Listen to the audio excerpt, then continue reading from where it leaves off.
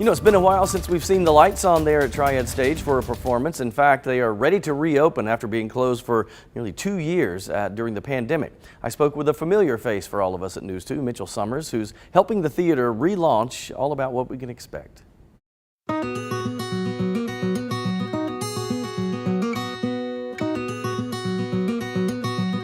So I love any theater. Mitchell Summers knows that because I've known him forever. We're here at Triad Stage, and you know, so now you're helping to jumpstart this. It's been a couple years, right? So what can we expect with this? Is it different than it used to be?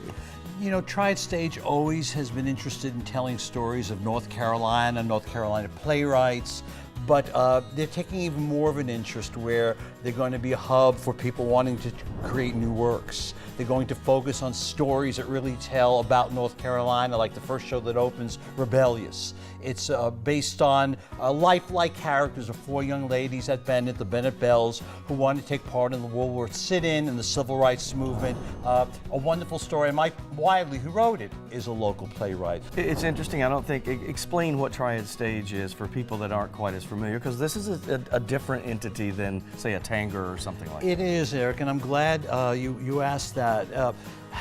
We have community theater down the street, which is all local actors, right, and local technicians and local people.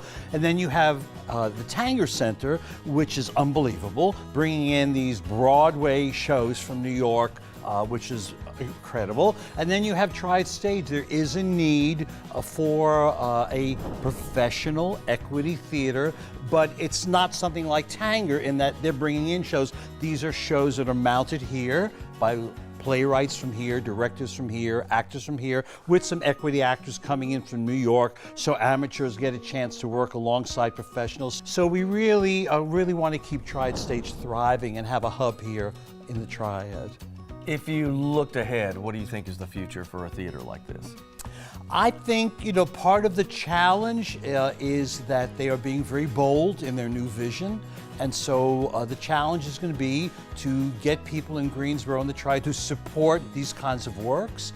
I think eventually, in my opinion, that I would like to see it be a mix, that Triad Stage continues to do all these innovative works representing LGBT, people of color, women, important local stories, but also do some musicals and make sure we have people who come in and then of course they cross over, right? And then we all win. Very good. See? This guy knows what he's talking about, so pay attention. Pay attention. Thanks, Mitchell. He's such a great guy and has been around for a long time in the Triad when it comes to theater. And I love what he said. I never thought of that the Tanger is the big professional productions that come by. CTG is local, and Triad Stage is the mesh between the two. So it'd be nice for local actors to work with real professionals. And we were talking about this before the show when I asked you, do some of the actors get paid? Because I know like during the pandemic, a lot of places closed down and people couldn't find work. So this will put some people back to work actually making, you know, money off of it. I think a lot, I mean, don't quote me on this, but I think the professional ones, I think they can't, they may or may not get paid, but they usually bring them in from somewhere else. Now, one of the plays this year is called Rebellious. You might have seen the graphic.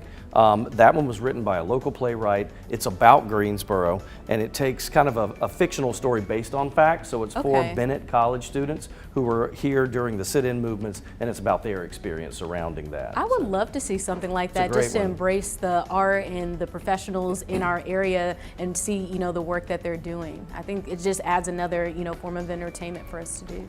I am embarrassed to say I have never been there, and I don't know why. I think maybe well, it's been closed. Working right, but I mean I've been here for a long time, but I've always been interested in it or curious about it. So I guess now's the time to go. Yeah, it is. And if you haven't been inside that, it seats about 350, 380. So it's more like an intimate theater experience. In fact, the bottom 3 rows, and Lauren has a theater background, she'll love this. Those bottom like 4 or 5 rows that go, it's like theater in the round. Oh. So you're like on the stage with So they're using the stage as a prop, basically. Sort of, yes. That is set up that way. It's really Very cool. So check it out.